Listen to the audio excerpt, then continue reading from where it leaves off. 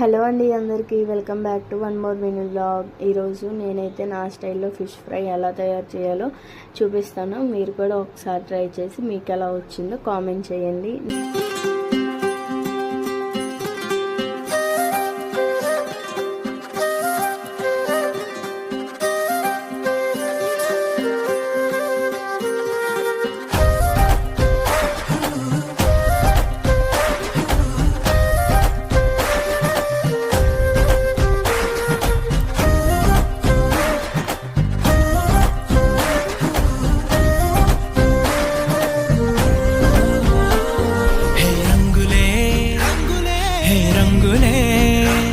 నీ రాకతో లోకమే రంగులై పొంగెనే.